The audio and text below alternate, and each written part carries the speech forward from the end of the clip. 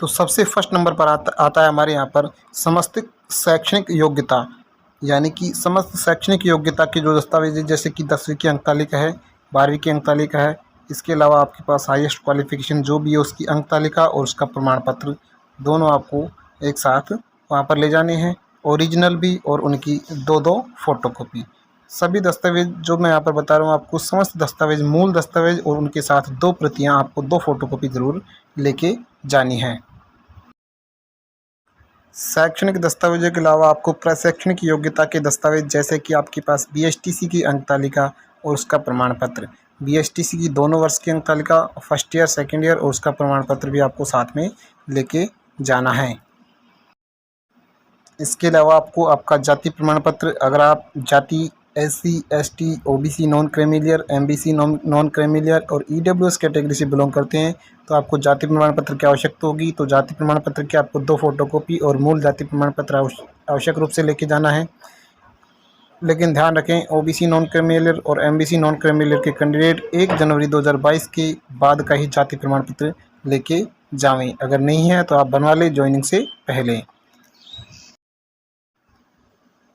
इसके अलावा चयनित विशेष श्रेणी दस्तावेज, अगर आप विकलांग हैं तो विकलांग सर्टिफिकेट, विधवा हैं तो पति का मृत्यु प्रमाण पत्र, तलाकशुदा हैं तो संबंधित दस्तावेज आपको वहां पर ज्वाइनिंग की टाइम उपस्थित करवाना है, फ़ोटोकॉपी और मूल दस्तावेज के साथ में। और अगला दस्तावेज है जो कि महत्वपूर्ण दस्तावेज है, गृह जिले के जिला पुलिस अधीक्षक द्वारा जारी पुलिस जाँच और सत्यापन प्रमाण पत्र, यानी कि पुलिस वेरिफिकेशन सर्टिफिकेट की यहाँ पर बात कर रहे हैं हम, जो कि नियुक्ति आदेश, जब नियुक्ति आदेश आपके हो गए, या तो उस तिथि को जनरेट हो या उसके बाद का हो, उससे पहले का यहाँ पर नहीं चलने वाला है, ये आप ध्यान रखिए। वो एक अलग बात है कि आपकी पंचायत समिति आपको अलाउ कर दे, बाकी आप हो सके तो नियुक्ति आदेश तिथि या उसके बाद का ही बनवा के लेके जावें।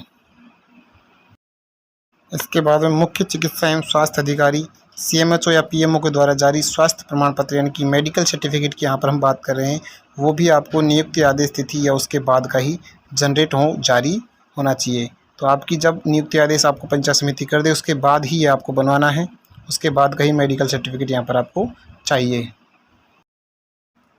इसके अलावा आपको 5-6 जो शपथ पत्र हैं वो आपको 50 रुपये की नॉन जुडिशियल स्टाम्प पर बनवाने हैं। अब जो 5-6 जो सर्टिफिकेट हैं वो कौन कौन से हैं आप सभी को मैं बता दूं। एक तो है विवाह प्रमाण पत्र, अगर आप मैरिड हैं तो विवाह प्रमाण पत्र पेश करेंगे, अगर आप मैरिड नहीं हैं, अनमैरिड हैं, अविवाहित हैं तो आप विवाह संबंधित प्रमाण पत्र यहाँ आपको लगाना है, वो भी आपको 50 रुपये के स्टाम्प पेपर पर ही लगाना है। इसके अलावा और कौन कौन से यहाँ पर आपको शपथ पत्र हैं, जैसे विवाह के समय दहेज नहीं लेने संबंधित शपथ पत्र, शैक्षणिक योग्यता वैध और मान्य होने संबंधित शपथ पत्र, 2 से अधिक संतान नहीं होने संबंधित शपथ पत्र, धूम्रपान नहीं करने संबंधित शपथ पत्र, 1 से अधिक जीवित पति पत्नी नहीं होने का शपथ पत्र, और अगला यहाँ पर शौचालय संबंधित प्रमाण शपथ पत्र। ये सभी शपथ पत्र आपको 50 रुपये के स्टाम्प पर बनवाने हैं।